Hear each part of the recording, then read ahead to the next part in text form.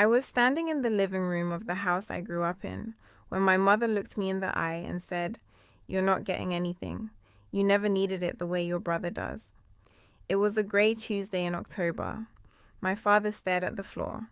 My older brother Marcus stood by the fireplace, already satisfied. My younger sister Claire scrolled on her phone. They had just handed me the new will. Marcus got the house. Claire got the savings. I got one sentence. "Elena has always been independent. She will be fine." I set the folder down, nodded, and said, "Okay."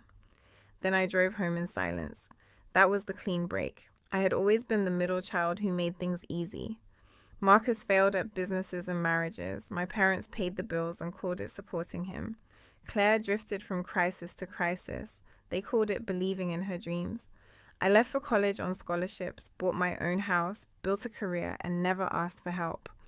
Holidays were the same. Conversations circled around them while my life was met with polite nods and quick subject changes. When my father had his first heart scare, I was the one who stayed at the hospital and sorted the paperwork. They thanked me for being good in a crisis, then went back to focusing on everyone else. After the will, I simply stepped back. I stopped answering the calls that always turned into requests. When Marcus asked me to co-sign a loan, I said no. When Claire wanted to store furniture at my place, I said the house was full. My mother left a voicemail about how I was pulling away. I deleted it. I built in silence. I advanced at work, grew a small consultancy on the side, married a steady man named Daniel who never needed me to perform. We bought a quiet house with a garden. I planted, ran in the mornings, and slept through the night. The old tension of being the reliable afterthought slowly left my body. 4 years passed, then 5.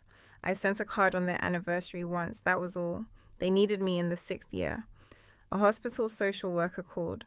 My father's heart had failed again. My mother was overwhelmed. Marcus had no money. Claire was dealing with her own situation. I drove in, spoke to the doctors, organized care options, and sorted the unpaid bills stacked on the kitchen counter. The house was falling apart. The inheritance Claire had received was gone. Marcus had been living there rent-free. They looked at me like a spare key they had forgotten. I helped them navigate the systems. I set up home care and connected my mother with an elder care counselor. When Marcus suggested I pay for the roof, since you're doing so well, I looked at him calmly and said, "No." When my mother spoke softly about family and blood and how they had always known I would come through, I answered, "I'll help you navigate. I won't fund the shortfalls." Claire flew in for 4 dramatic days and left a mess behind. Marcus left angry voicemails I muted. I stayed 2 weeks, put the practical pieces in place, and went home. My father declined slowly. I visited when it made sense, short, contained trips. Near the end, he held my hand and said, "You always were the strong one." It was the closest he came to anything like acknowledgement. He died on a grey morning in March. I arranged most of the funeral because no one else could keep the details straight. Marcus gave a eulogy centered on himself. Claire cried and left early. My mother leaned on me during the service and spent the reception talking about how hard everything had been. 8 months later, the house had to be sold. Care costs and neglect had eaten the equity. Almost nothing was left.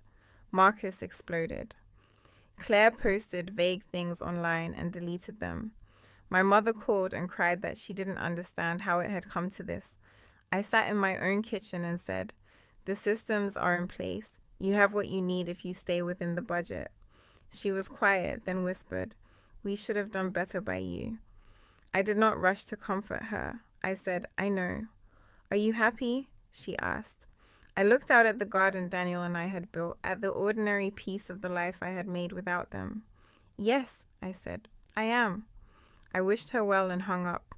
Marcus texted once more, "Can we talk?" I left it unanswered.